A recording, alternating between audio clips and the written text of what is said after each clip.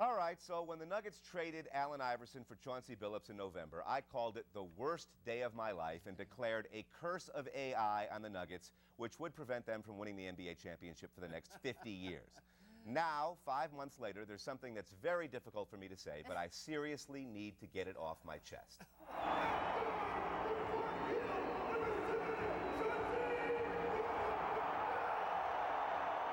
I was wrong. To say that trading Allen Iverson for Chauncey Billups was a big mistake. To think the Nuggets would miss the playoffs with Billups in the lineup. I was wrong. To privately tell my friends and coworkers that Billups was overrated. To underestimate the power of leadership. I was wrong. To fail to recognize the value of sportsmanship. To dismiss the notion of hometown hero. I was wrong. To insist you have to be flashy to be exciting. To wonder why he's so darn popular. I was wrong. To consider experience irrelevant. To question the significance of a uniform number. I was wrong. To disrespect a person in pursuit of greatness. To reject the notion that one player could make that big a difference. I was wrong about Chauncey Billups. I was wrong regarding Chauncey Billups. I was wrong with respect to Chauncey Billups. I've learned my lesson and will never make that mistake again.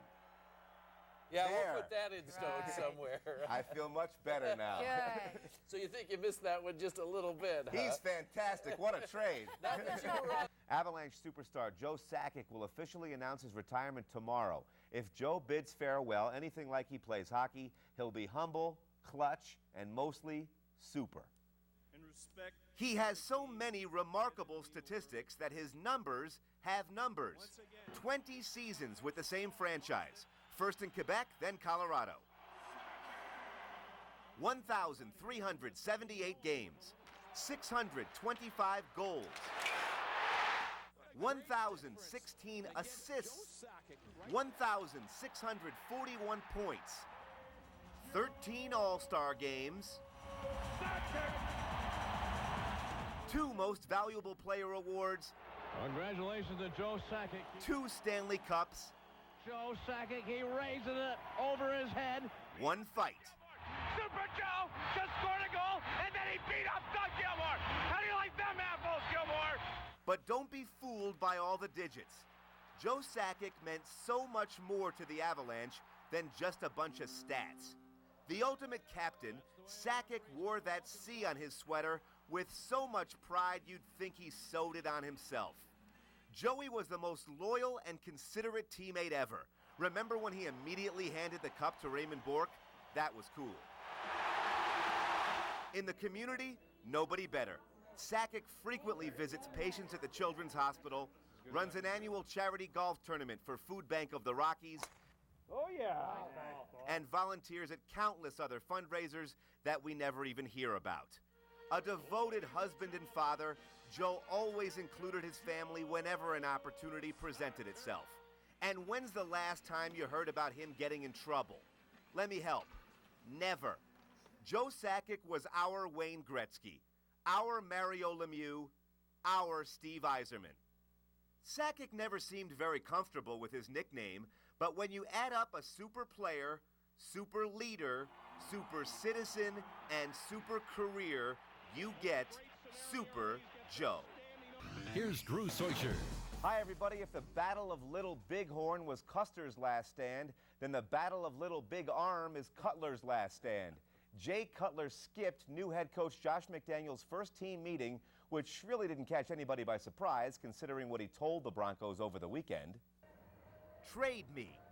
That's the first thing to come out of Jay Cutler's mouth in months that's made any sense. He wanted, needed, and absolutely had to say it. If Cutler's really that sensitive, that temperamental, that insecure, he can't possibly play for a coach who considered offers for him, especially if Jay's convinced he was lied to. Trade me. Not only would trading Cuddy be best for him right now, unless it was to Detroit, it would be best for the Broncos as well. Sure, Jay's a wonderful talent who set the franchise record for passing yards last season, but when you consider his reaction to the firing of Mike Shanahan and the hiring of Josh McDaniels, his perceived disloyalty of the organization towards him, the conference call gone bad, the face-to-face meeting gone worse, and the timing of both his and his parents' houses suddenly going up for sale, trade me. Now, there's a big difference, of course, in requesting a trade and demanding one. If he asked nicely, Cuddy would be more likely to receive his wish, but also would have to be willing to return to the team next month for mini-camps, followed by training camp, and maybe even the regular season if no deal is struck. Shouldn't have to worry about the playoffs. On the other hand, if he told the Broncos, trade me or else, then the team might really want to stick it to him, use Jay as an example, keep him on the roster, and start fining him for every day he fails to show up for work. Trade me. Seems kind of bizarre since that's what hurt Cutler's feelings in the first place and started this whole mess, but okay, if you insist. Okay, so the NFL let Brandon Marshall off easy, but that doesn't mean the Broncos have to. Let's go, baby, game time. He's simply not worth it. Not worth the trouble, not worth the aggravation, not worth the effort. We home. Feels so good to be home. We're going to get it today. Not worth the money, not worth the risk. Brandon Marshall is a very good football player. And makes the catch for a Denver touchdown. But not good enough. In the past year, Marshall caught 104 passes. Brandon Marshall! Oh, man.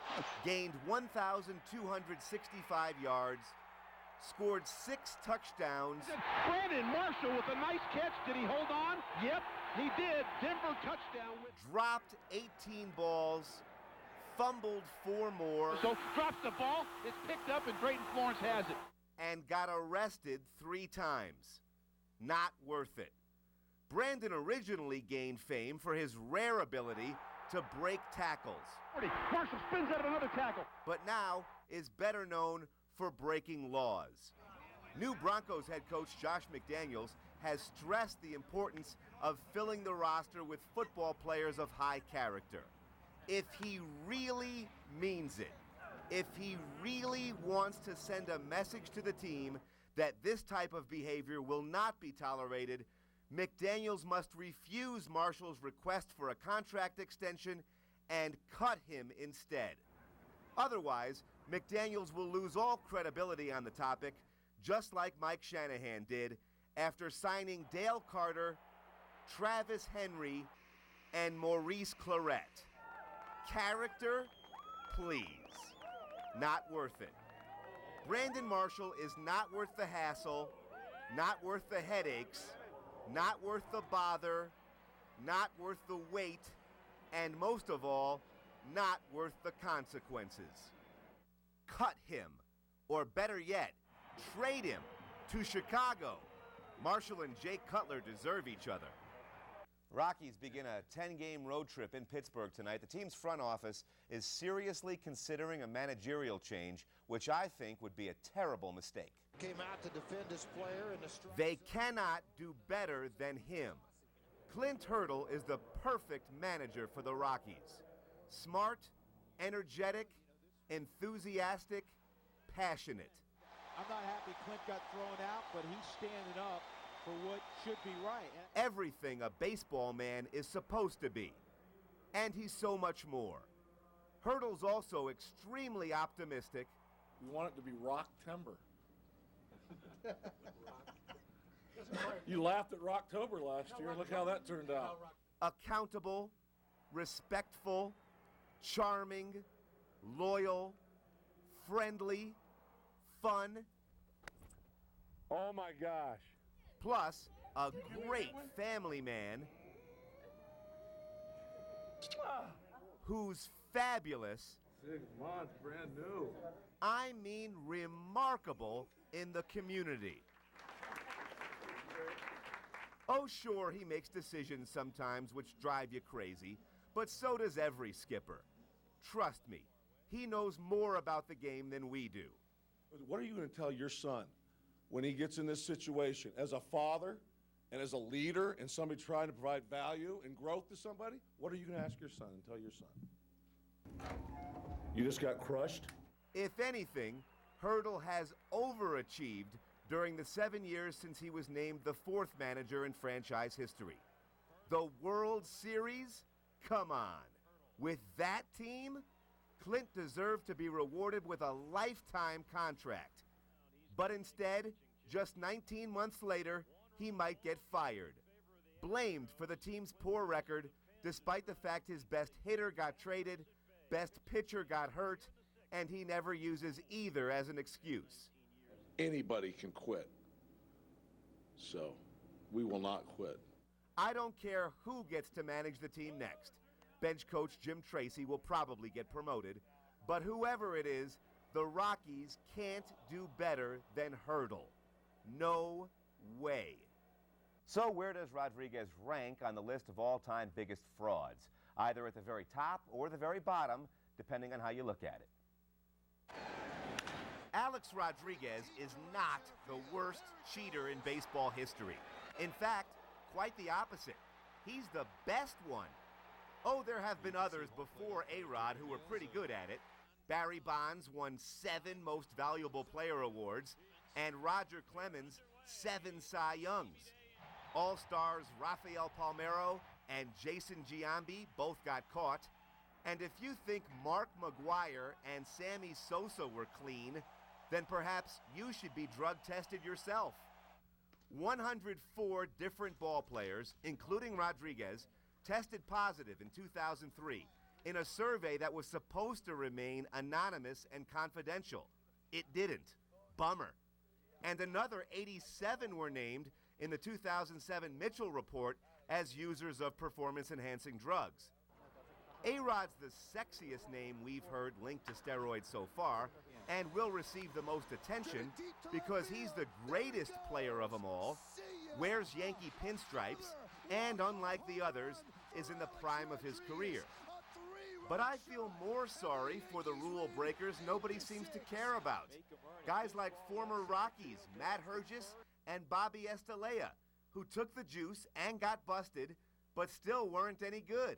Or better yet, ex-Colorado outfielder George Piedra, who had to serve a suspension despite the fact he only had 3 career home runs at the time. How embarrassing. At least Rodriguez and his crew of superstar cheaters each earned a few $100 million apiece out of the deal. Doesn't make it right. Both ways are wrong. However, if you're willing to take the health risks and suffer through the public humiliation, then maybe you should hit the ball occasionally. Rodriguez will get heckled now in every stadium he visits for the rest of his career. He really doesn't deserve any more ridicule, scorn, mockery, or criticism than all the other liars and imposters that have come before him or will follow. But that's the price he'll pay for being the most sensational, magnificent, remarkable, spectacular, wonderful, marvelous, phenomenal, extraordinary, awe-inspiring cheater ever. I first became suspicious of Rodriguez when he joined the Yankees in 2004, and his bobblehead doll had this enormous head, which you know is one of the side effects. Tip off. Yep. Yep.